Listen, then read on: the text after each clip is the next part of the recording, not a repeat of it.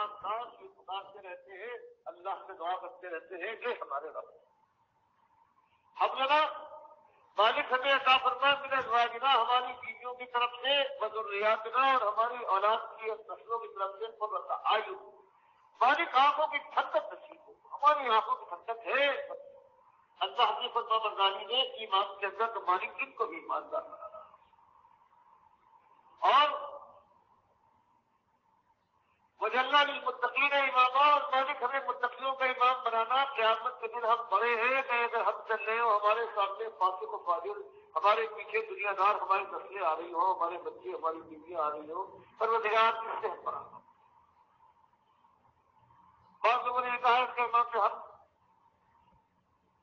متقیوں کا امام بنا دیا جائے، سب سے آگے ہو،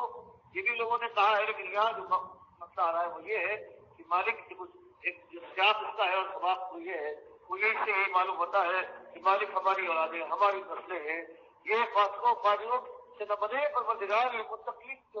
بنے، تاکہ قیامت کے دن ہم گھر کے بڑے ہیں، ہم آگے بڑھیں گے، اس کا ابو جہل کے پیچھے اس کی امت جائے گی، فرعون اپنے قوم کو لے کے جائے گا، اسی طرح سے ہمارے پیچھے کے لوگ، ہماری اولاد، ہماری نسلوں پر پروردگار وہ متقیوں پر۔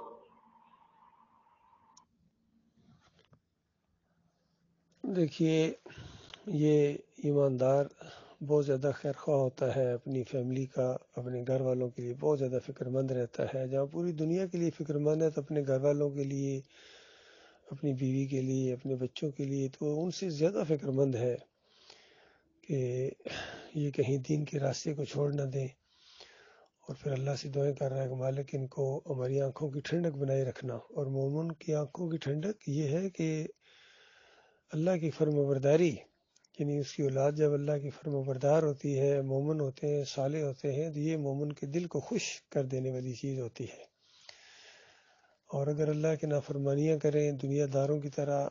دنیا کے دائرے میں بہ رہے ہوں، تو مومن کا دل کڑتا ہے کہ میرے بچوں کو کیا ہو گیا ہے، ایمان اور عقیدے کے بجائے انہوں نے کیا معیار بنا لیے ہیں، تو اس سے دل کی ٹھنڈک، آنکھوں کی ٹھنڈک نہیں ہوتی ہے، بلکہ دل کی چبھن ہوتی ہے، یہ چیز بہت زیادہ پریشان رہتا ہے، سمجھاتا بھی رہتا ہے جہاں موقع ملے اچھے انداز سے، لیکن اس کی اصلی جو دل کی ٹھنڈک ہوتی ہے وہ یہ ہوتی ہے کہ اس کی اولاد ہے اور آئندہ نسلیں ہیں، وہ مومن ہوں، ایمان کے تقاضے پورے کریں، اللہ کے راستے میں جہاد کریں، تبلیغ کریں۔ یہی طریقہ ہے اللہ کے بندوں اپنے بچوں کے لیے، اپنے پیاروں کے لیے خیر خواہی کا،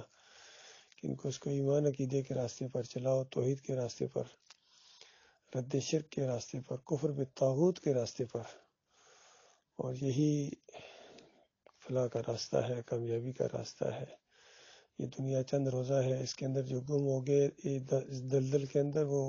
نکل نہیں سکتے، پھر آگے ہی آگے جاتے ہیں، لہذا ہمت کر کے ذرا اس کو بالکل ضرورت کے حد تک رکھا جائے، اس کو مقصد نہ بنا لیا جائے، اس کے اندر گم نہ ہو جائے، اور اپنے مشن کو بالکل جاری رکھیں۔ ایمان خالص کی جو دعوت اٹھی ہے اس دور کے اندر،